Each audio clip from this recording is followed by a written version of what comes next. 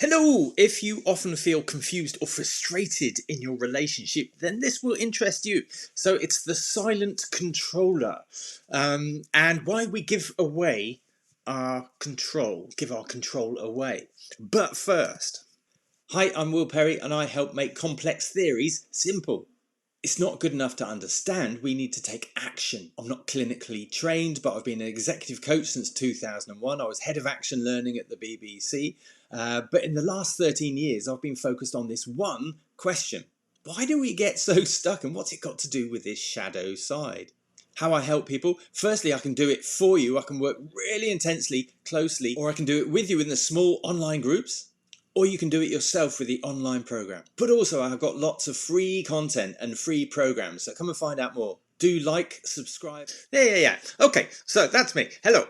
So why do we stand for it? Why do we give our control away? And why do people stand for it? And particularly in current, aware of current situations like Will Smith and Johnny Depp. That's kind of the big stuff.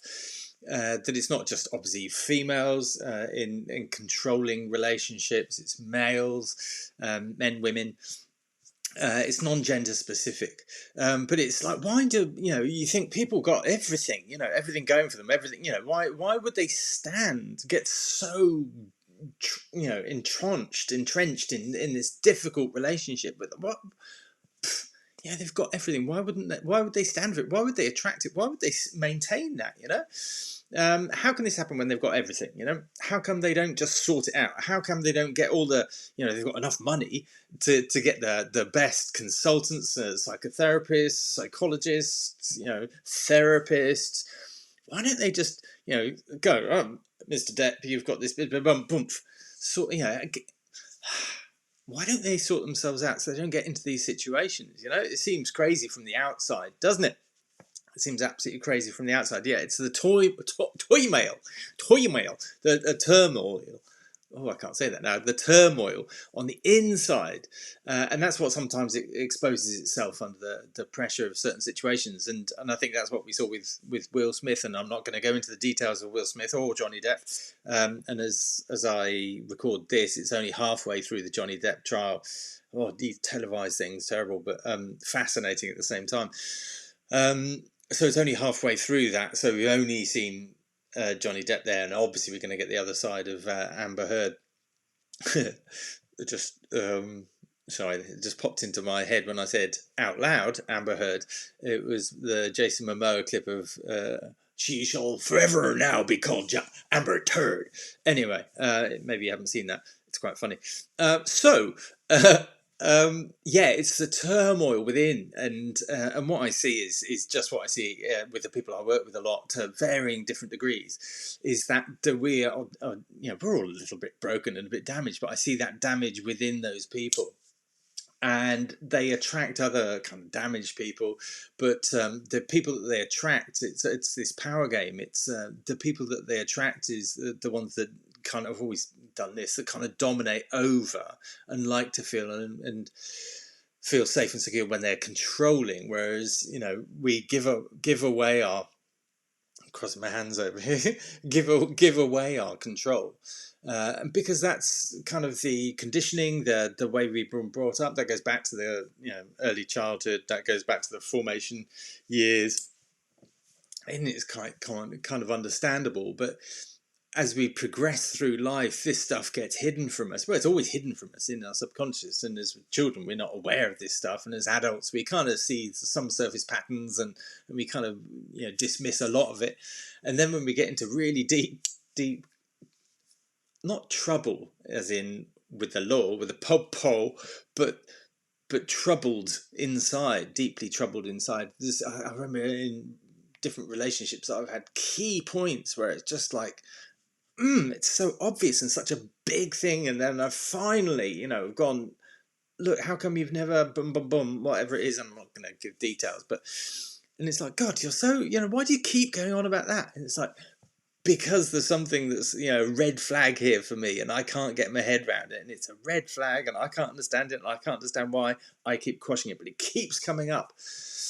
Why do we keep putting these things down? Why do we keep you know, and then you keep pushing this stuff down, and it's going to come out some way. And that's, I guess, what I see with these two big, you know, really big cases. Obviously, one's a legal case, the other one's a, wow, how would you describe the Will Smith fiasco? But yeah, I see so many different facets to that, and there are many facets to it. But yeah, this I guess the main thing I see in both of them is the struggle and the deep frustration within not understanding yourself, not being able to reason and move forward, being incredibly capable. But you can have alcoholics that are high functioning alcoholics, you can have high functioning depressive, you can high functioning, just because you function at a really high level and a level of achievement doesn't mean that you've got all your shit sorted out on the inside.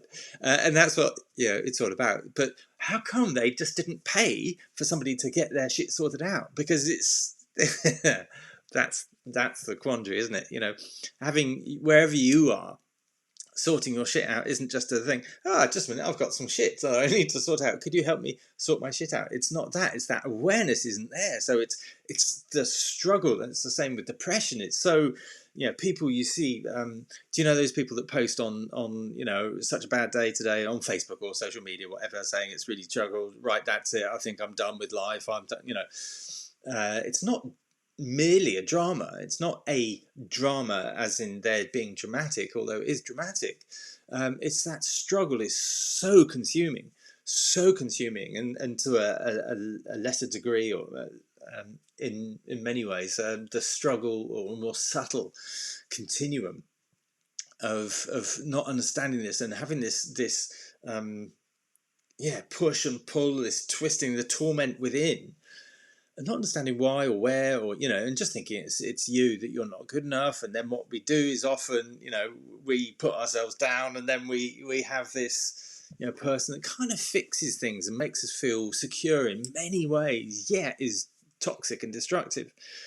And that's the work that we need to do on ourselves, to make us not needing that person to fulfill us, but actually becoming and growing. I've always done this kind of thing. It's like, that doesn't attract this person, this attracts a different person. It's like, oh, hello. This attracts somebody that's balanced and has done the work and will continue to do the work, and is maybe challenging and challenges you, but you actually challenge them, and you can. It's a very different perspective from that sort of controlling one, dominant controlling one. Because the feelings within there are really difficult. They're very consuming. They're very confusing. And you think it's you ultimately, and you always have done. Thought it was you, and it was your fault, and you were broken in some way, not good enough, not worthy in some way, in some regard. And it's such a difficult way to go through life. And that old expression, like driving through life with the handbrake on. Everybody else, smoke. The handbrake's on, but where's the handbrake? Sometimes you get electronic handbrakes. Oh, phew.